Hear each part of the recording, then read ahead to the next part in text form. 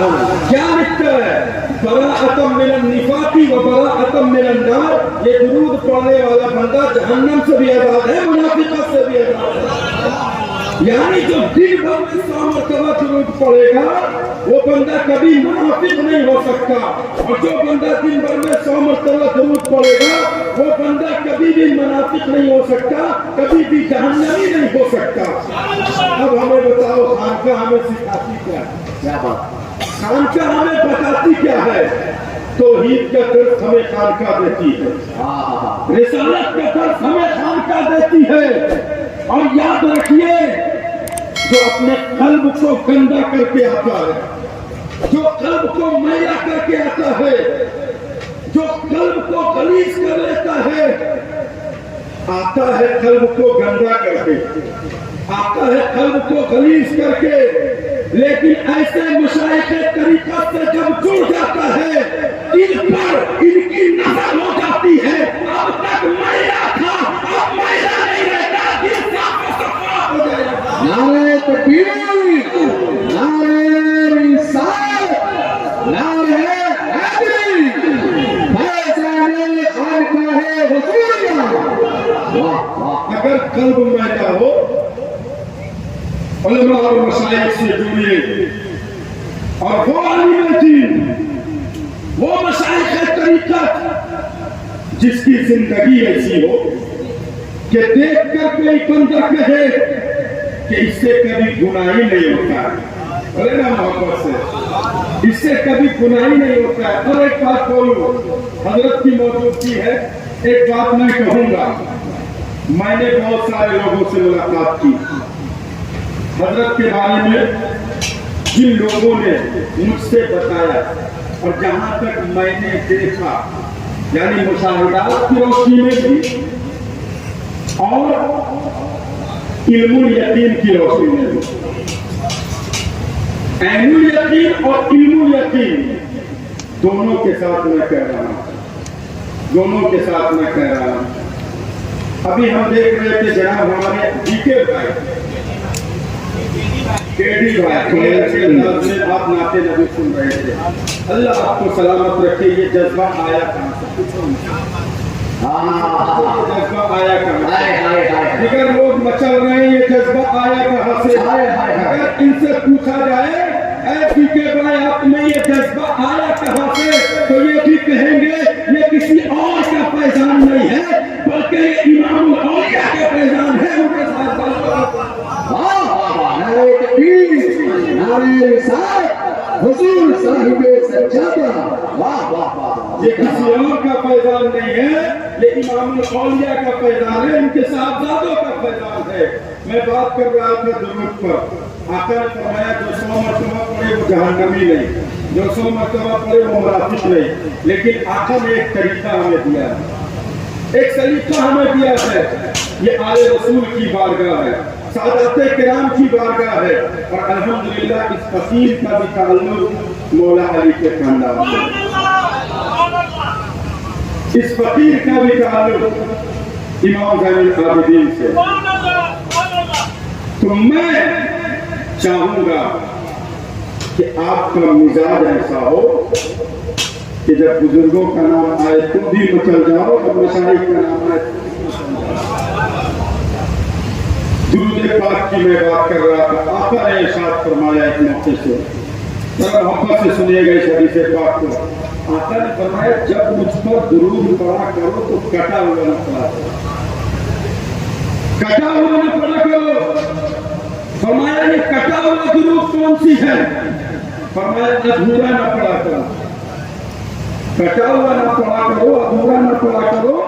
سوال کیا گیا یا رسول اللہ یہ کٹا ہوا درود اور ادھورا درود کون سا ہے؟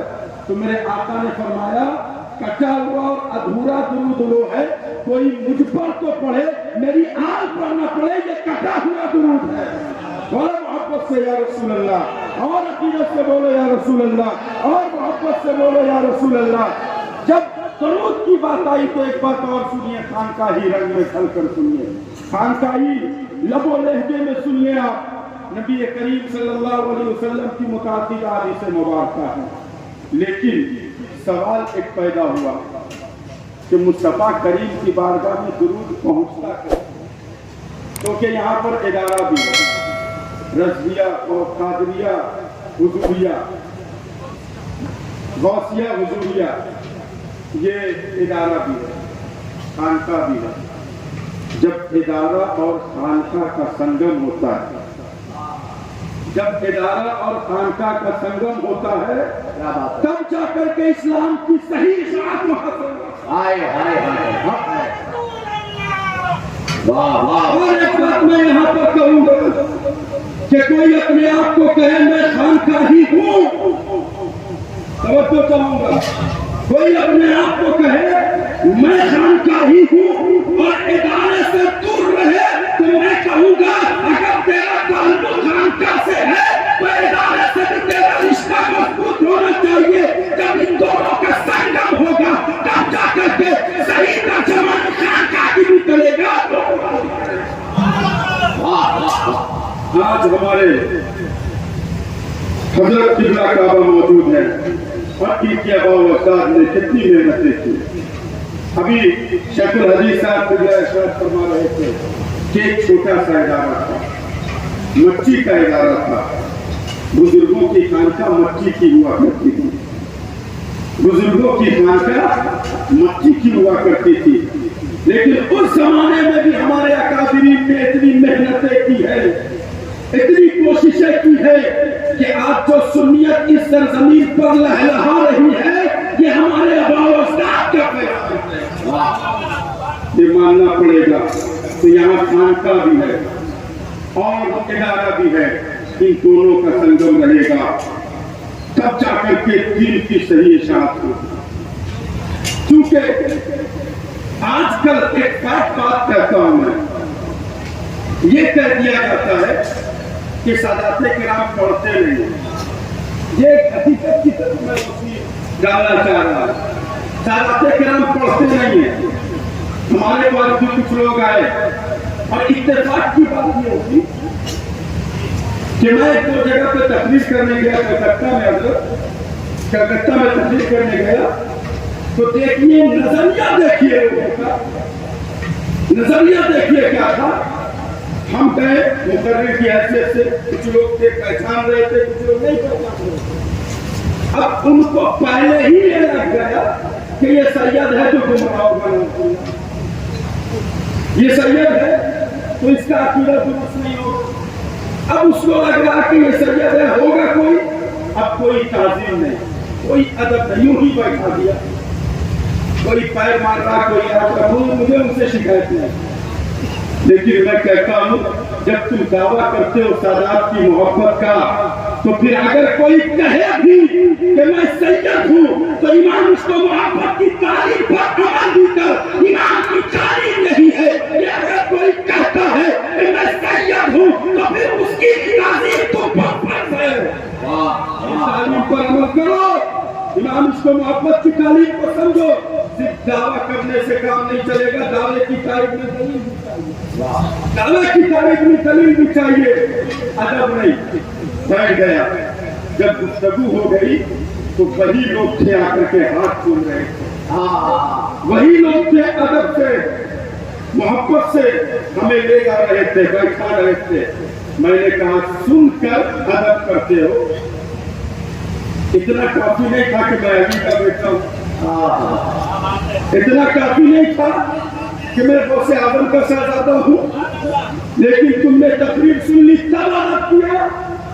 تمہیں اس فعل سے بھی توبہ کرنا چاہیے۔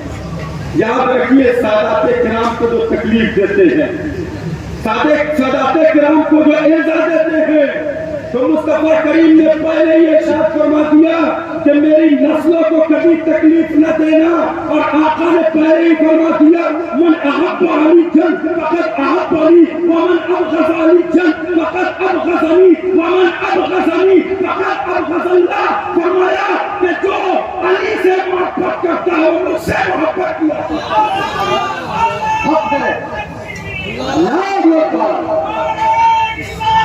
یا رسول اللہ،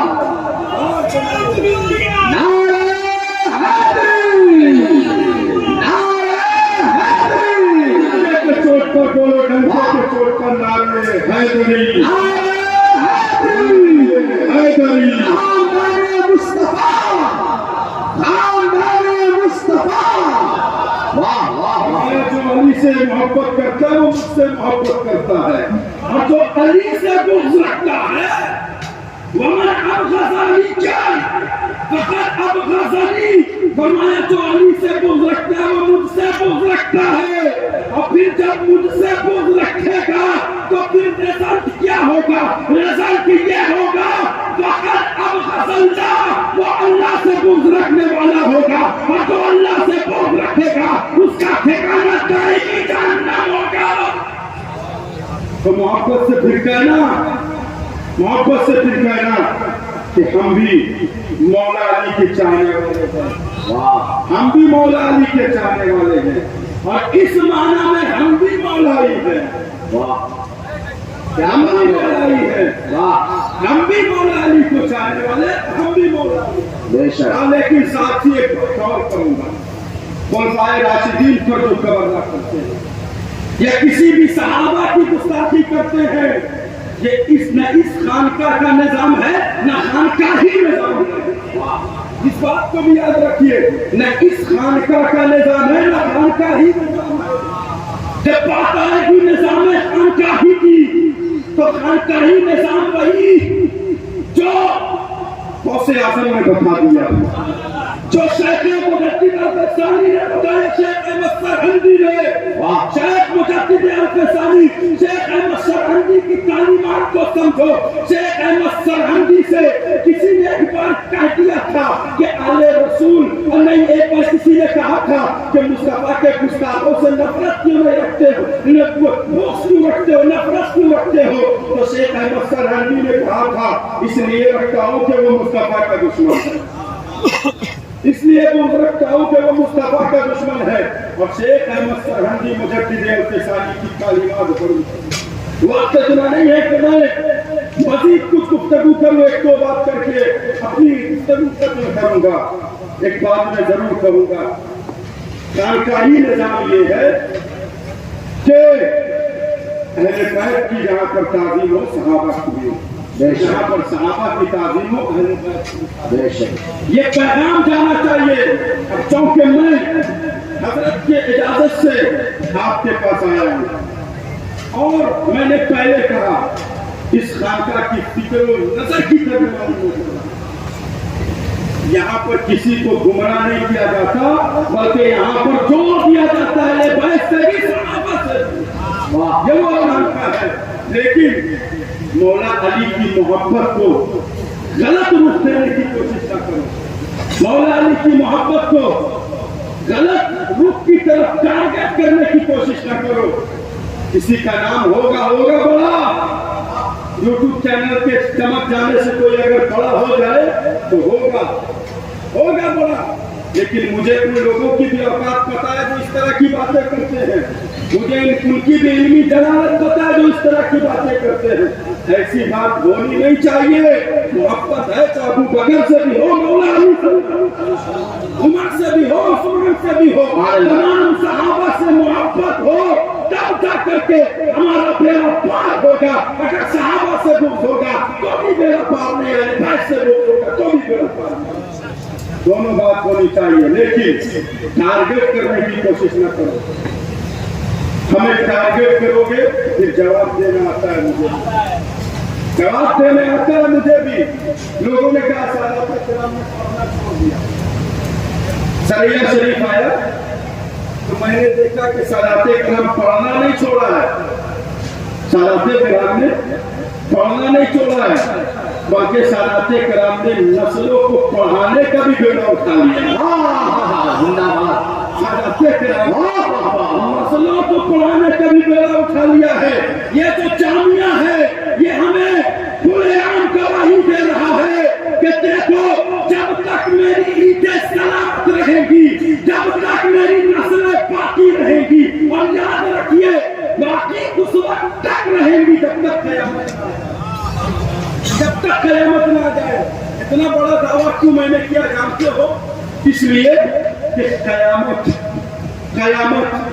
کس پر آئے گی؟ بدکاروں پر، بدکاروں پر نیکوں پر قیامت نہیں آئے گی. بولیے نا چل کر سبحان اللہ. نیک لوگوں پر قیامت نہیں آئے گی. تو پتہ چلا کہ جب تک نیک لوگ بچے رہیں گے قیامت نہیں آ سکتی, اور جب قیامت جب تک نہیں آئے گی تب تک یہ ادارہ بھی قائم رہے گا.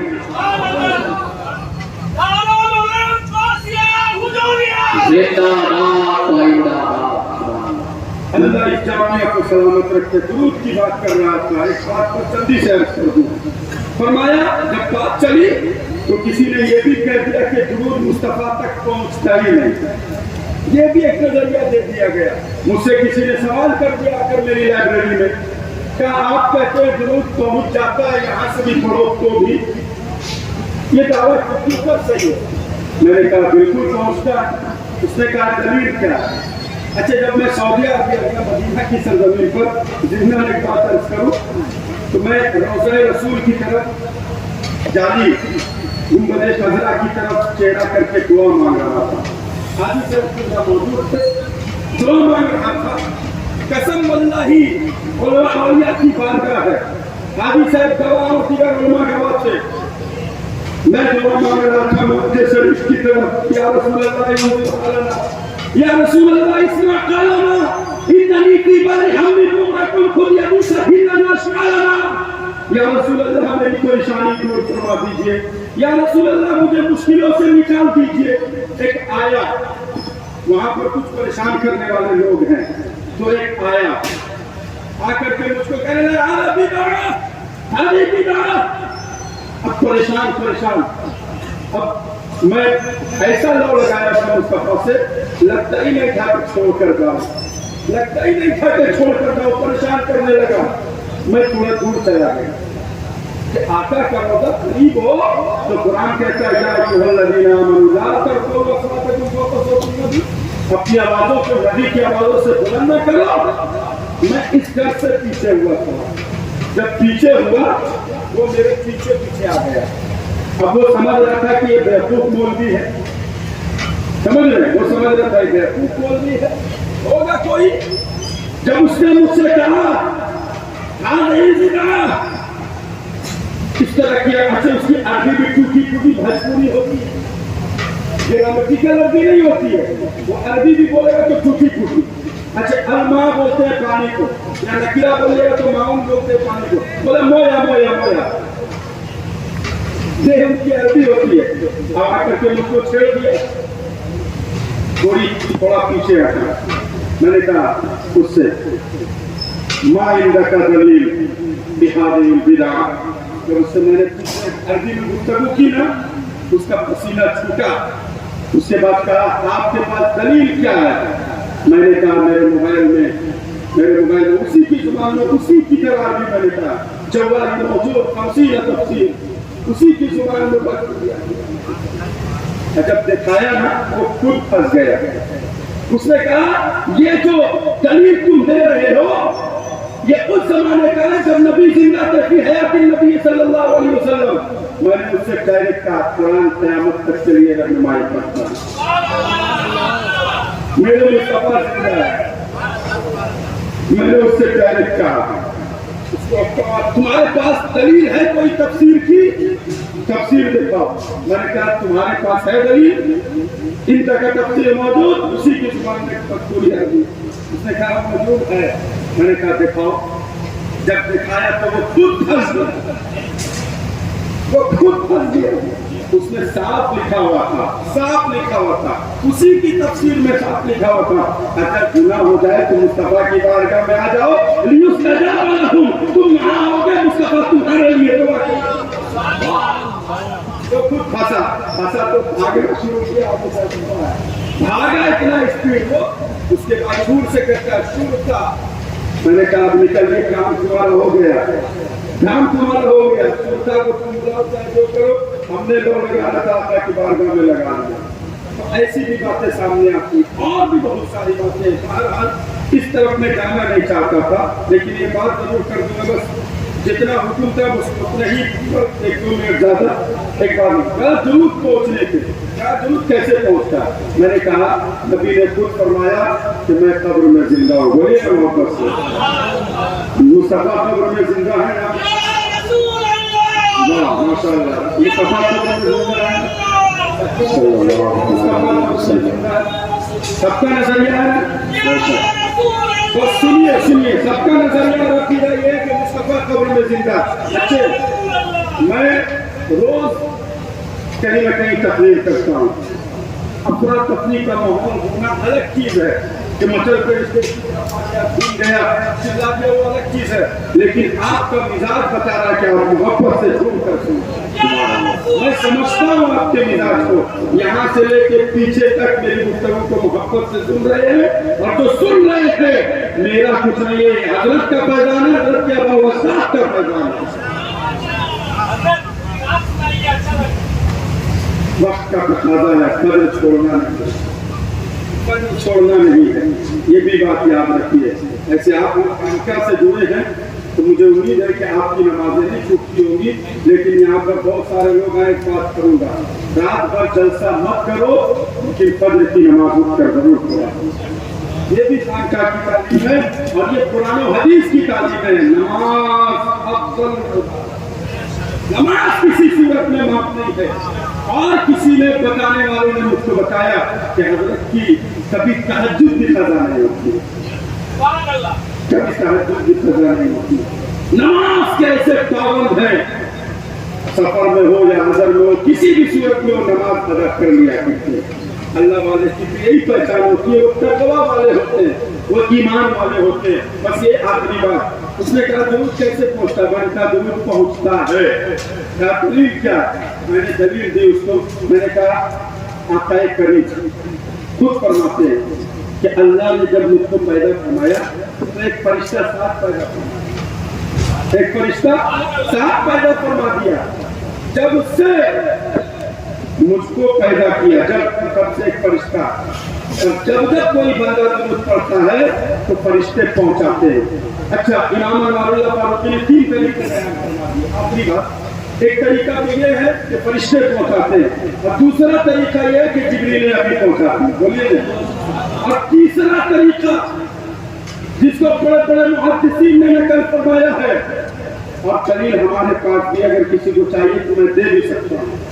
بڑے بڑے محدثین نے نقل فرمایا ہے. فرمایا ایک مرتبہ صحابہ موجود تھے. یہ دلیل ہے سنیوں کے لیے. یہ درود کی بات چل رہی ہے نا, خانقاہی نظام ہے یہاں, درود کی بات چل رہی. صحابہ موجود تھے, صحابہ موجود تھے. امام اللہ فاروقی نے ہمارے حدیث میں اس بات کو نقل فرمائی, حدیث کو لکھا. فرمایا صحابہ موجود تھے, صحابہ کی موجودگی میں رسول اللہ بیٹھے تھے. رسول اللہ بیٹھے تھے, صحابہ موجود تھے.